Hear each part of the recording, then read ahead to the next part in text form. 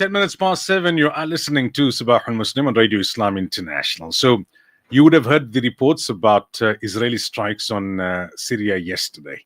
What happened was that they struck the defense ministry building, they struck sites close to the presidential palace, government facilities. Reports indicate that they caused significant damage.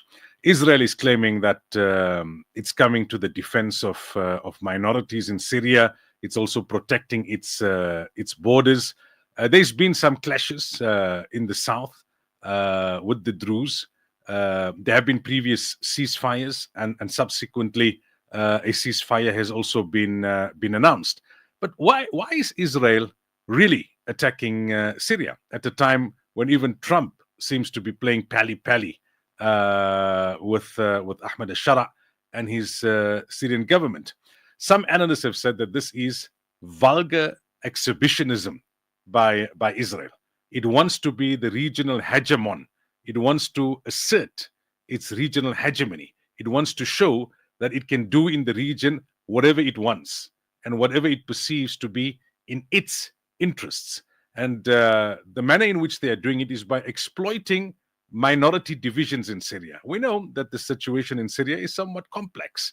You have the Kurds, you have the Druze, you have you've got different minority groupings, and there are tensions, and those tensions escalate from time to time as they're all trying to find their feet in this new Syria, this post-Bashar al-Assad Syria. So of late, we've seen Israeli attacks on Damascus, Israeli attacks prior to that on Iran, prior to that Beirut, Lebanon. We're seeing Israeli attacks on a fairly regular basis on Sana'a.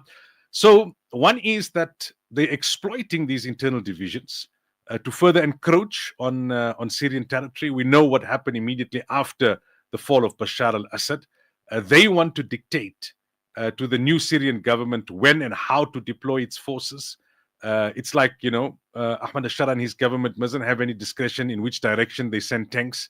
They'll use the excuse of protecting the minorities there or protecting their own borders, but those borders themselves, have a question mark over them in terms of how they've come into Syrian territory.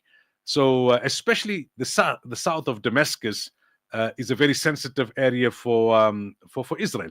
Another reason that analysts are giving is that they consistently are looking for ways to deflect attention from what's happening in Gaza. Every day, there are growing examples of the genocide, humanitarian areas being attacked, and innocent civilians, women, aid workers, day on day. This is what you would hear and read in the news. So these attacks kind of deflect from that.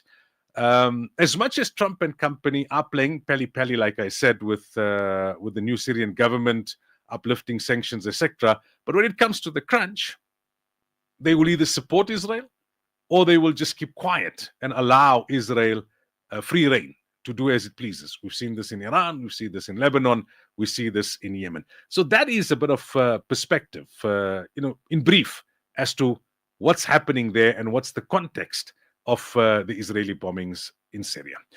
Just gone now, 14 minutes past